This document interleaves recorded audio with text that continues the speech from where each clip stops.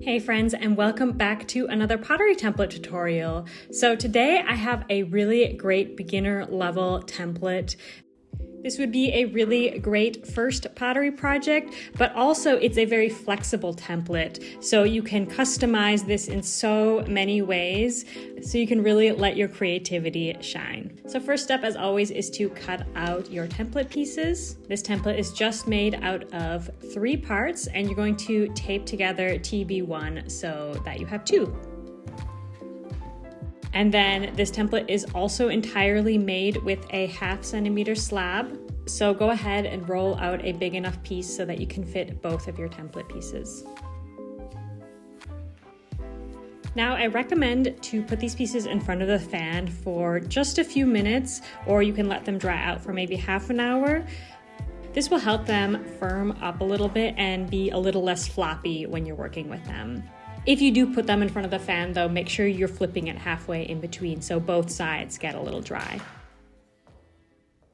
Okay, now it's time to assemble our pieces. So we're gonna start with the cone shape, that's TB1. And we're going to start by cutting each of the straight ends at a 45-degree angle. Now, if you don't have this fancy tool that Bianca's using here, it's totally fine to just use a knife or even just your needle tool, and it doesn't have to be perfect either. Remember, clay is squishy, so you can manipulate away a lot of errors.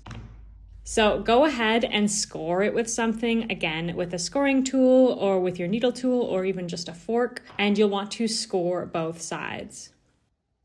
If your template is a little bit on the drier side, you'll want to add some water or slip, but if your clay is wet enough, you can go ahead and just connect the 2 scored sides. Now you want to overlap the 2 45-degree angle cuts so that the scoring sides are touching each other, and then press to attach.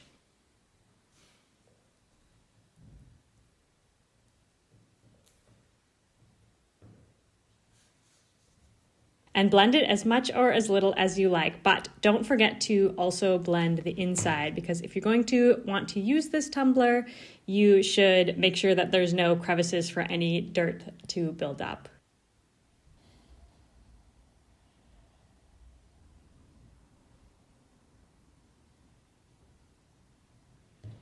All right, we're moving on to the bottom piece. So you should notice that the tumbler is a little bit of a cone shape. To get that classic tumbler shape, you want to use the narrower side of the cone or the cylinder shape and place that on the circle and mark where they should attach. Once you have it marked, you can remove it again and score both of the sides that are going to be attaching. So on the circle and on the bottom of your cup.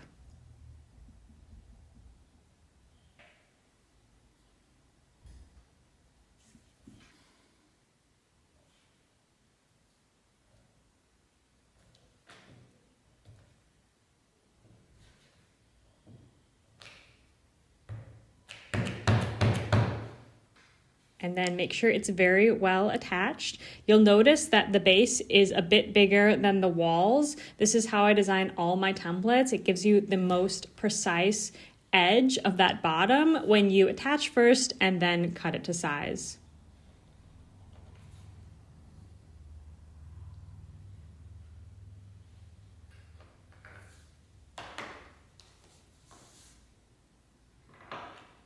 Once you cut it, you'll want to just blend that base into the walls again. And if you do this thoroughly enough, you can really make that seam disappear. And a wet paintbrush is really great for getting in that inside edge. And that's it, our tumbler is complete. Now you can alter your tumbler however you want. You could add a handle, you could add stamps or carving. You can leave it plain so that you can add details with glazing later.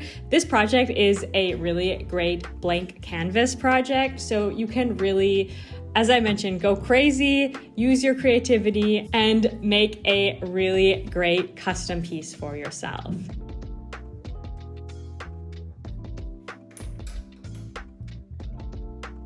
I love how this piece turned out. I love that little drip that Bianca left on the piece. It just adds a little touch of personality. This is just such a cute little everyday cup. I hope that you enjoyed this template, and I'll see you next month with a new one. Bye, friends.